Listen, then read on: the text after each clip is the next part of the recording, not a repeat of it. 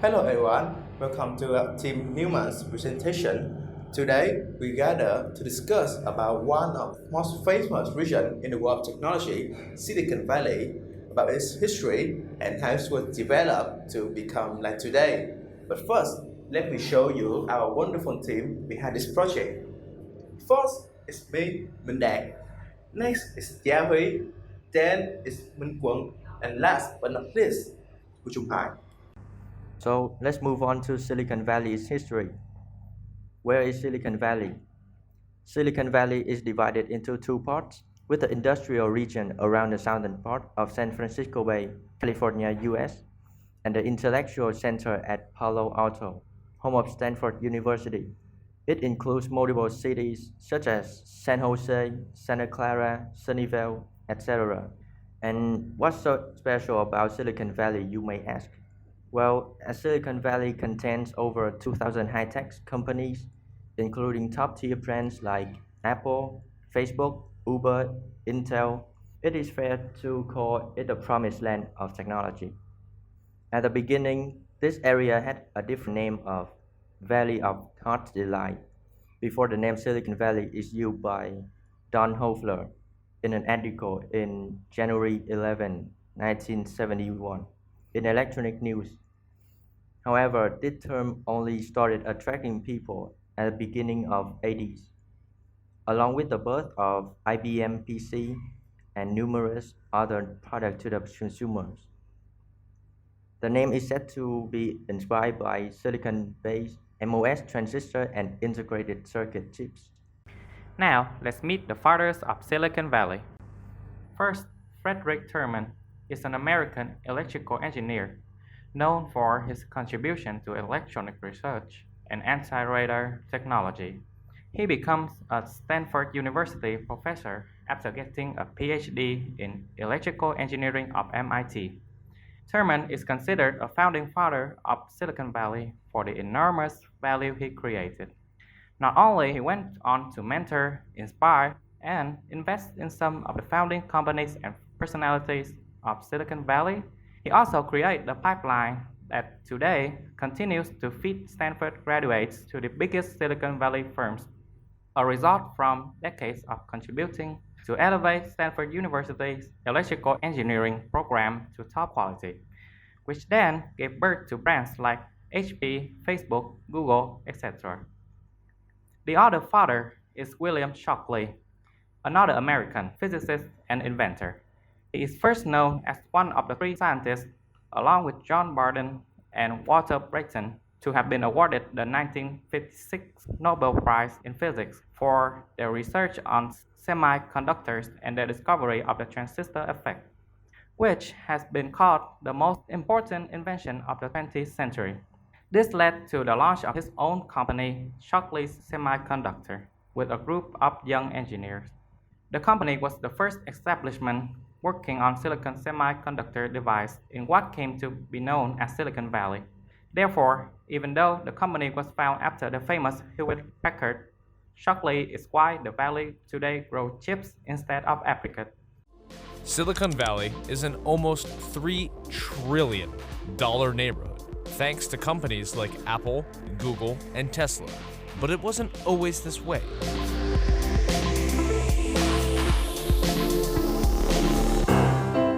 In the late 1800s, San Francisco's port helped make it a hub of the early telegraph and radio industries.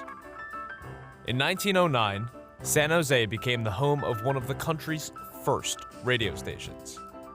In 1933, the Navy purchased Moffett Field to dock and maintain the USS Macon.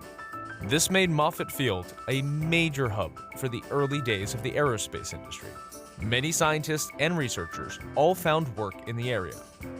In 1939, the Ames Research Center was founded in the area, and it became home to the world's largest wind tunnel in 1949.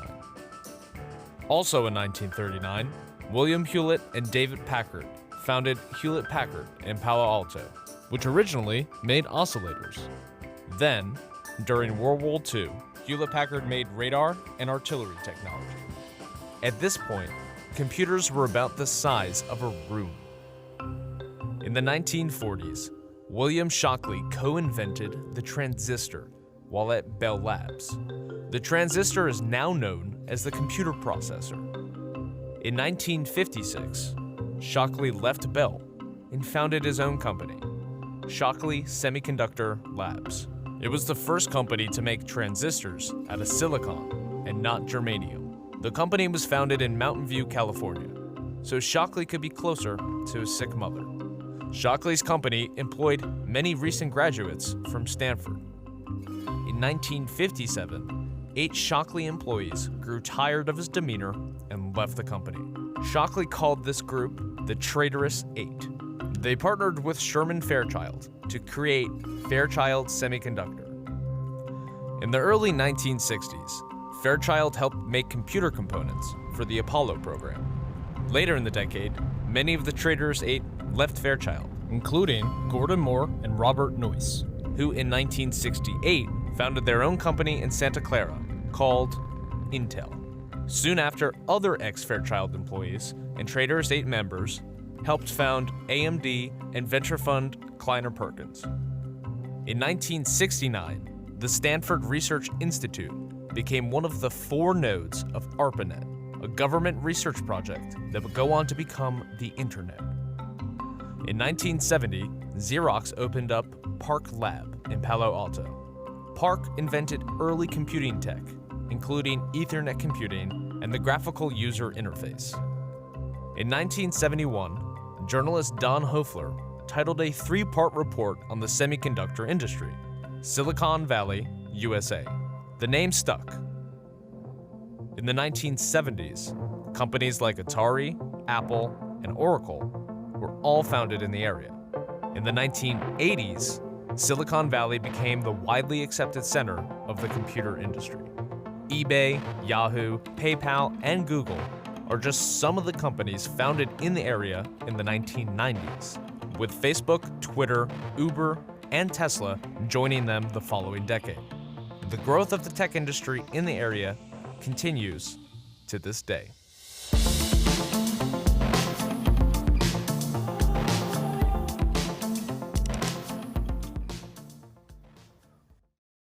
As you can see, Silicon Valley has created lots of developments and achievement in various fields, ranging from health, security, aerospace, to computer. Along its history, some craters can be named are X-ray microscope, used for diagnose diseases and anti-terrorism, LEDs, which is indispensable for daily life, save energy and protect environment. Satellite technology enable us to communicate via wireless wave. Without this invention, our smartphones would be useless. And video games, one of the most popular type of recreation. As you can see, what Silicon Valley has created is a huge step, not only for Silicon Valley, but also for mankind. But the success of Silicon Valley didn't come from nowhere. There's gotta be something that created the Silicon Valley that we all know today. So let's go review what's behind the curtain of Silicon Valley. Spirit of cooperation is crucial, especially with startups. We have seen how Google or HP develops from a startup to people. And with the flows of founders from local school and university, people are more comfortable and more willing to cooperate with other people. By this, it is easier to fix and fill in others' mistakes and lack of ability, which will definitely increase the chance of success for the company. As a giant home for technology companies, a network between companies is a must. Professional networks help companies exchange information easier, create links and collaboration between companies, and thus further their success. How can Silicon Valley attract so many startups? That's because the non-compete clause is prohibited in California. As a result, any individual can always start their own startup company to execute their own idea without trouble from their previous company. Very ideal for startups. An often overlooked reason is Silicon Valley's cultural diversity. Between 1995 and 2005, more than half of its startups were founded by immigrants. Why? The Valley attracts top engineers from around the world, especially India and China. Diversity leads to innovation as long as everyone focuses on their shared goal. Silicon Valley doesn't think in terms of products, instead embracing the unbounded economics of the platform, where connecting user and interaction is the new coin of the rhyme. Unlike a static product, a platform's value is defined by the user who populate and use it. Top-notch universities surround the valley. Many company founders graduated from Stanford University. Other local universities contributed the trained technical support staff. These included the University of California at Berkeley, San Jose State, and community colleges. The amount of both personal and institutional wealth in Silicon Valley makes it the perfect location for business growth. There are thousands of wealthy investors in the area who organize as angel investors and venture capitalists, looking to put their money to work instead of paying hefty taxes on earnings to the US government each year.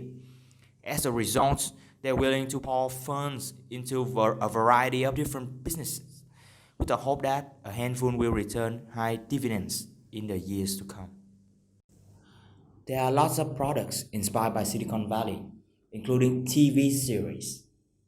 Silicon Valley, about a startup in the promised land of technology. Code Monkey, an 8-bit series about a fictional video game company in Sunnyvale. Books, such as Bad Bloods, Secrets and Lies in a Silicon Valley Startup. The Code, Silicon Valley and the Remaking of America. These reflect Silicon Valley from many points of view and are definitely a good source of information if you want to study further into Silicon Valley. The valley's output is said to be back at $275 million in 2019, according to Bureau of Economic Analysis, over 50% of San Francisco-based GDP, and with a GDP per capita of roughly $140,000. The residence income here is much higher than other wealthy regions like Macau or Luxembourg. With more than 2,000 companies and lots of startups, Silicon Valley provided over 1.7 million working positions in 2019. In the decade of 2011 to 2020, the number of jobs created here grows steadily, around 2 to 4% annually. This shows how attractive Silicon Valley is to talents all around the world. And that's the end of our presentation. Thank you for listening.